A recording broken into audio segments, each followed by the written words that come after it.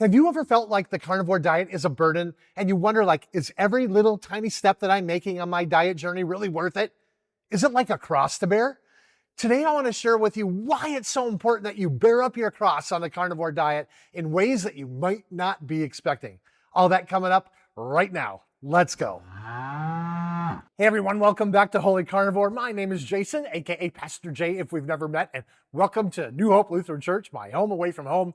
Last night I had the privilege of preaching right back here from my pulpit on the fourth Wednesday of Lent, and no, I'm not going to give you a recap of my message from last night. However, I want to give you a word of encouragement that has kind of a bit of a Lenten theme. And it's a story that comes from the Gospel according to Matthew, and it's all about the day that Jesus Christ was crucified. Now, whether you're a Christian, whether you're not a believer, that's okay, right? That's not what this conversation's about. This is a historical fact of something that happened on that day. So let me just kind of lay the groundwork for you, and then we'll get into this word of encouragement. But you got to stick around all the way to the end for it, because I think it's going to blow you out of the water. Anyway, here we go. So we know that Jesus was crucified on that day of Passover, right? But before that happened, he was tried by a council of 70 Jewish rabbis in the middle of the night. They flogged him, they spat upon them, they beat him, they put him on trial, and they just declared him guilty because they wanted him out of the way. And then they sent him to the prefect, the governor of the area, who was a gentleman by the name of Pontius Pilate, who was a historical figure. He was put in place by the Caesar at the time, okay? So in any event, they sent him over to Pontius Pilate, and Pontius Pilate puts him on trial over at the Praetorium. He asks him a bunch of questions, and Pilate doesn't find him guilty, so he sends him off to be whipped, to be flogged. We don't know how many times, but we surmise 39 to 40 times. And it wasn't just by being whipped with a little, no, it was a downright flogging, and it would have shredded his skin. It would have ripped apart. It just would have shredded his body, y'all, and he would have lost a lot of blood. So he'd been beaten, he'd been mocked, he'd been spat upon, and now he'd been flogged, and he lost a good portion of blood. I'm setting this story here for you. And then they bring him back to Pilate, and the crowd is standing before him, and they're jeering, and they're saying, "Crucify him, crucify him, crucify him." And Pilate doesn't want to, but he feels so compelled, and he's so afraid of the crowds that they're gonna riot, that he calls for his execution, and then Pilate washes his hands. And so there, from that point, this is where our story really picks up. Jesus has given his cross, his instrument of execution, you will, his gallows, so to speak, by the Roman soldiers, by the Roman guard, and he's got to carry this instrument of his death all the way through the city streets of Jerusalem on what we today call the Via Dolorosa, out the city gates, and up this massive hill outside the city that is known affectionately today as Calvary, or Golgotha, the hill of the skull, okay? That's where he's crucified. Now, somewhere along the way, Jesus trips and he falls. Again, remember that he's been beaten, he's bloodied, he's bruised, he's tired, he's probably thirsty. He hasn't eaten in probably close to 24 hours at this point. It's been a long time. He probably hasn't had anything to drink. He's weary, he's tired, he's worn out, and he's got nothing left in him, and he's got to carry this probably 100 plus pound instrument of crucifixion on his shoulders the entire way. And he trips and he falls. And this cross falls down on top of him. And just so happened to be standing right there in the crowd was a gentleman by the name of Simon. Now, the Roman soldiers didn't know that. They didn't know who he was. They essentially put him at gunpoint and said, "Hey, you, mister, you pick up his cross and carry it." And they gave him no choice. Now, Simon wasn't from Jerusalem. He wasn't from Judea or Galilee, any of the area that we would call modern-day Israel. No, Simon was from North Africa, and he had gone on a pilgrimage all the way from where he lived in North Africa all the way up into Jerusalem, which would have been hundreds and hundreds of miles, y'all, and he would have done that all on foot. He couldn't have just hopped in his car and gotten there. No, it would have been a long journey, and he would have stayed in Jerusalem probably for 50 days from one festival to the next. That's what they traditionally did. Now, we don't know if Simon had his family with him that day. It's a good guess. If you went on a journey that was going to be that long and gone for that long, you'd probably bring your family with them. So we don't know if anybody was there watching Simon pick up that cross, besides the crowds that were there, some jeering for Jesus, mocking him along the way, and some bawling their head off and crying because they knew who Jesus was.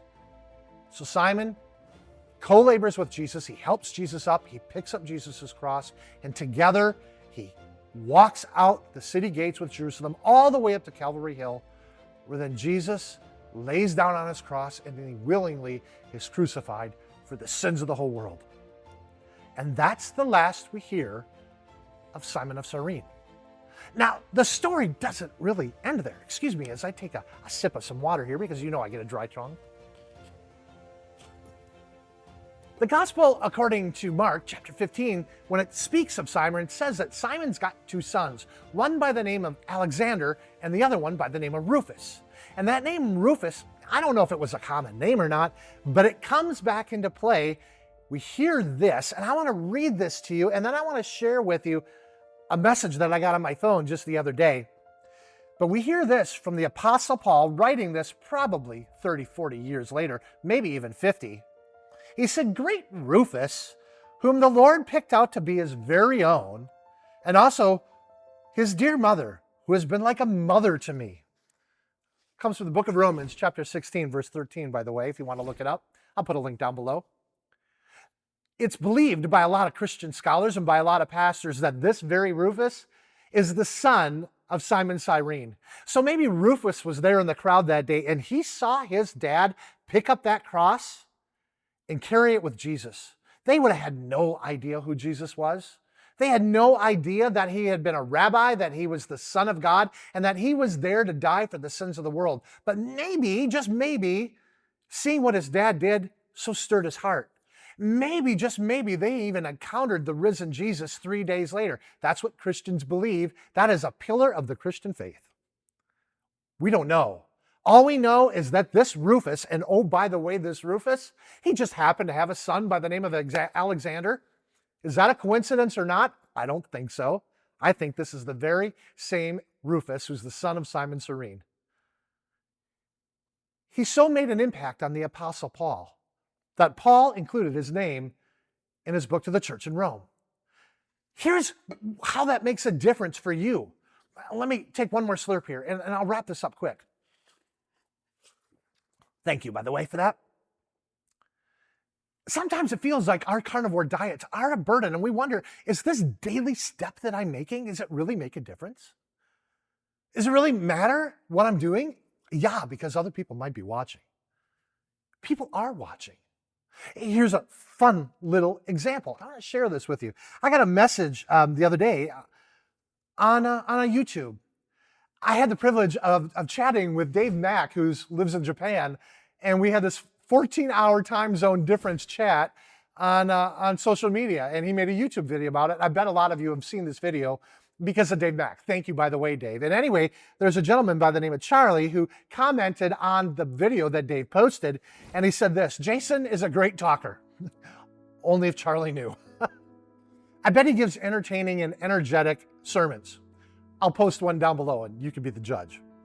I hope he serves as a great example for his congregation, who, if he keeps it up, will witness his transformation, and some may even be inspired to follow in his footsteps. You know, this isn't about me, y'all. This is about all of us. This is about you. What if, because of your transformation, and people watching you walk daily in your footsteps, carrying that burden of your carnivore or your ketovore or your keto or whatever diet you're on, right? What if someone is so moved that they say, you know what? I want that kind of healing too. You, my friends, can be like a Simon of Cyrene. You can be like a Rufus, one who so inspires the likes of somebody that may be like an Apostle Paul, who transforms the world by the daily steps that you take today on your carnivore journey. That's the burden that we carry. We don't have to think of it as some big weight that we're carrying on our shoulders. No, it doesn't have to be that. It is just daily doing things that we gotta do. Let me share with you one fun, quick story, and I'll bless you and we'll end the video. We had Lenten services, like I said last night. Before we do so, we always have a Lenten soup supper. That's just what we do as Lutherans. And a part of that, as Lutherans, we gotta have a whole lot of dessert, don't you know? And my wife was tasked with making some kind of dessert. So she made a strawberry cake with strawberry frosting. Numb in my former life. Anyway, they didn't finish the dessert, and so she brought it home. And I noticed that, and I'm like, why did you bring this home? And she goes, well, what else was I supposed to do with it? I said, I don't want to eat that stuff. And I'm like, we gotta throw it out. So what did we do? We pitched the rest of the strawberry cake. Y'all, I would have never done that in my former life. I would have eaten that entire cake in the last 2 days. That's just what I would have done. But now I'm like, I can't do it. I got to bear up that cross. Even though I might want to have that sugar, I got to bear up that cross. Why? Because my body don't need it, y'all. And because what if members of my congregation see this transformation that I'm making? There are members of my congregation here that make me look small, y'all, who could use the transformation. And what if the steps that I take every single day just happens to influence one of them a year or two down the road? What if that's you doing that too? That's the importance of you and I picking up our cross and bearing it every single day. Yeah. So what do you think? Drop me a line down in the comment section down below. Just say bearing my cross. Yeah, bearing my cross. Tell me that, and I'll know that you got the point of the video. And if you like this video, by the way, give it a thumbs up. Let YouTube pass it along to someone else who just might need to see it, who might need to be inspired because you passed it along.